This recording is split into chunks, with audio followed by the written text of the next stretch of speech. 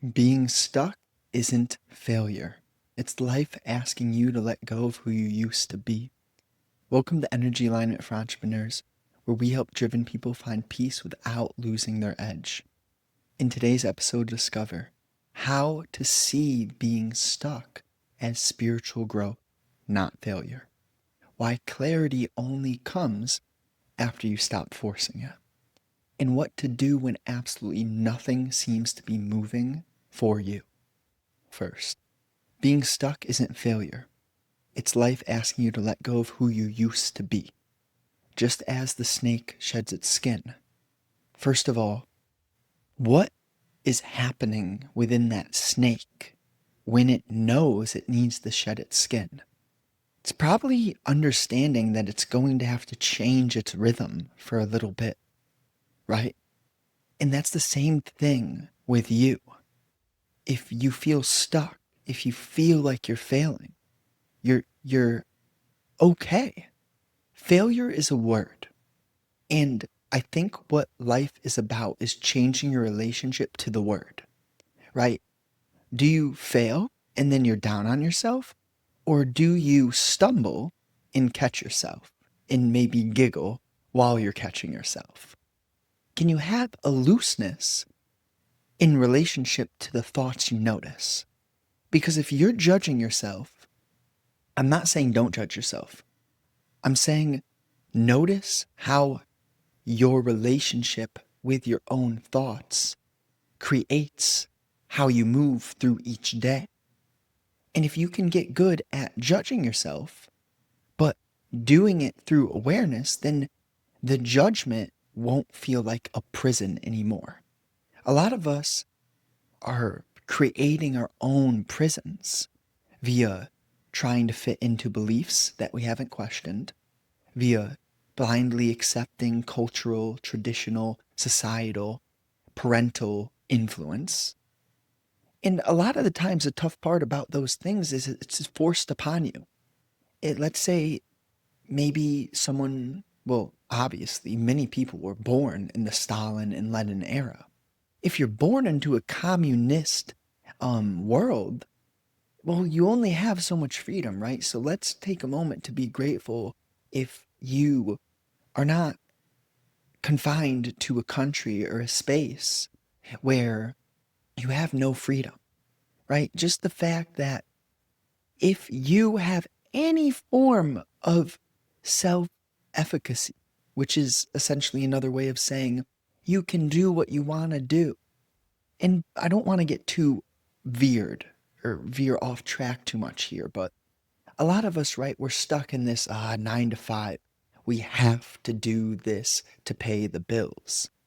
But that pain, if you're in that specific situation and you feel that you're stuck, this is the pain which is going to propel you into asking the questions, doing the work, changing your heart so that your life feels new, so that you're not stuck in that 9 to 5.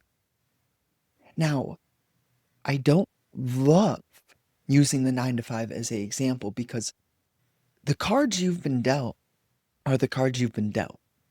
And it's not about wanting an easier life or not wanting to have to work. It's about asking the hard questions so that you find a line of work that is true to you. So, and the 9 to 5 is just a very frequent example of what humans do without awareness. It's almost like if you're shoved into something, like most of us are, we don't actually find that career path which is true to our hearts. And see, when you feel stuck, it's important not to overwhelm yourself. So the 9 to 5 is such a big pillar that it can feel overwhelming. That's not the goal of this video. That's not what I'm here to do. So don't bite off more than you can chew. Just listen to the way that I'm speaking in relationship to the 9 to 5 may be something that you know you're not meant to be in forever. But rushing out of it due to anger or fear or weakness isn't your answer. Your answer is learning to let go of the security of only doing the 9 to 5. The best way to build something alongside with a 9 to 5 is to have clarity around your priorities, right? Because even if you have a 9 to 5, let's say you're working 50 hours a week, you're still going to have that Saturday and Sunday. And let's say you have a lot of other responsibilities, you're still going to have at least 90 minutes to 3 hours plus over those 48 hours on Saturday and Sunday to change, to do new things, to work on something meaningful. This is really important to not put yourself in a victimhood state, to not feel as if you have zero options. So, being stuck, you got yourself where you are.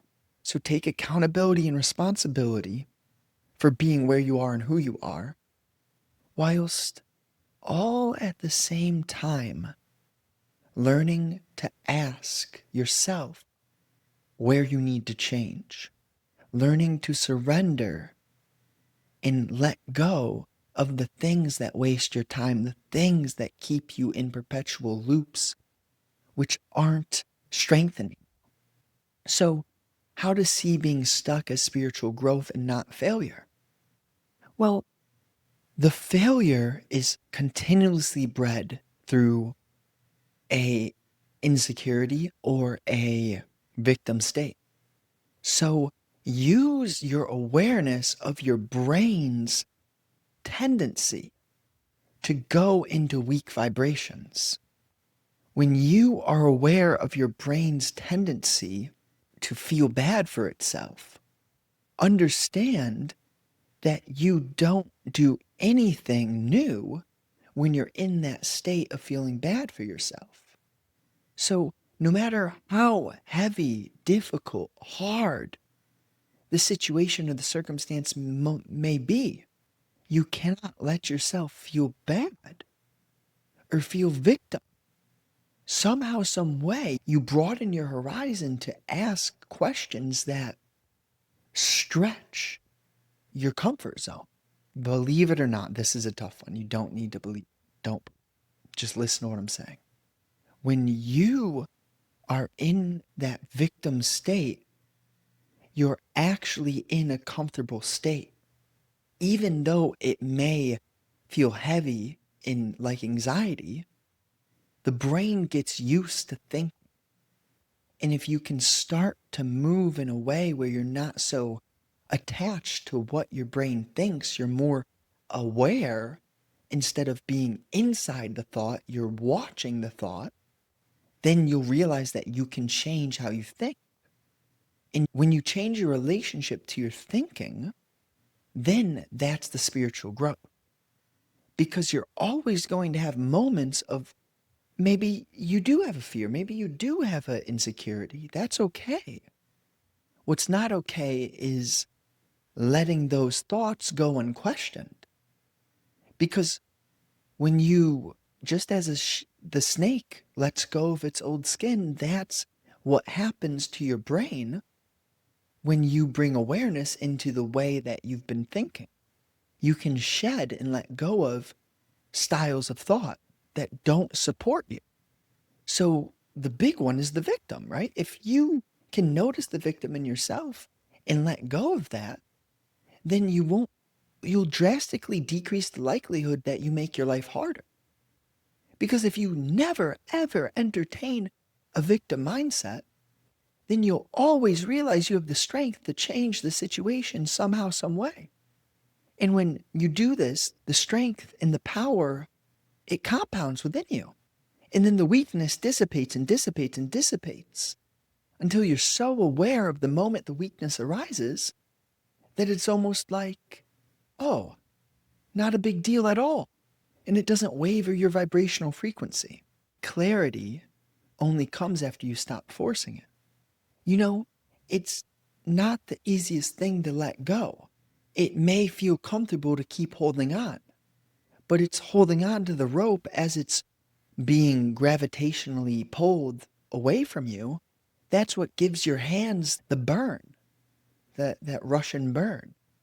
Forget the word, but people used to do this in school, I don't know, it's the Russian twist or something with your skin, and you get the burn. I digress. Forgive me for the lack of clarity. So, see, even in that, right, I can laugh at my own lack of clarity, right? Sometimes it's just, how do I put it? Prior Justin would be insecure when he isn't in rhythm continuously. Now I can just detach and just enjoy the game of stretching my comfort zone, of going to different areas in terms of telling stories, giving examples, metaphors, parables. Some things come out smooth, some things are a little bumpy. Hey, when you are continuously reflecting without attachment, then you learn. Learning is not memorization. And what to do when absolutely nothing seems to be moving for you. When you feel completely stuck. It depends on your relationship to the stuckness. So ultimately, there has to be an action where you begin to question how you got stuck. If you never pause to understand how you got where you are and how you created the states that you frequently operate through, if there isn't that curiosity, that skepticism in relationship to, can I change what I am? Can I change what I feel? Can I change how I move? See, this is why questions in negation style thought are so important, because rather than taking confusion and then adding other branches from an initial seed of confusion, you take the seed of confusion and you understand how you created that seed. It's a negation. It's a going inward. And when you go inward, then you can understand exactly how you stopped moving. And if you understand how you stopped moving, well, then irrefutably, the clarity around how to get moving will come to you intuitively, spontaneously, as an insight or an epiphany. So practically walk, move, eat the right things, and get off of consuming things via the phone and the PC. Like, sure, a podcast on a walk is a lot different from watching a short on your phone, a YouTube short. So that's just the practicality around input and movement. If you have good nutrition and you move frequently, you're so much less likely to be anxious. And if you are anxious, but you have a healthy baseline, then you can watch the anxiousness, learn through that. So there is a importance in having a homeostasis, which is healthy. But of course, I'm speaking to you as in you already do that for the most part, else why would you even be able to hear the words that I'm speaking? Because I know that I don't speak in a complicated manner, but I'm talking about something which is filled with depth. So it's riddled with nuance and paradox. And that's what I mean. That's what they talk about in the Bible, whatever, when it's like, do you have ears to hear? Well, obviously you can hear things, but can you actually hear and observe and notice your brain's reactions? The hearing is the awareness of your sense of self. It's not just the sense of hearing. Probably didn't need to explain that, but maybe it helped someone somehow, some way. So I'm going to skip the recap today. We're already at 15 minutes. Um, so thank you. Thank you for listening. Thank you for doing this work. Thank you for showing up for me, for yourself. Like, let's go. We're a team. As you do this work, you change, and I'm for humanity, right? So if you're for humanity, you're doing the work for yourself. Not This is where it gets a little tricky, right? Because I've noticed this in myself too. I Maybe this is for another video. I'll leave it for another video, but essentially the story of, are you really selfless or do you still have self-interest? And I definitely am still observing my own motives in this life. And I'm as honest as I possibly can be, and I'll continue to do my best for myself and this world. That's really all I can say on that topic, being 16 minutes in.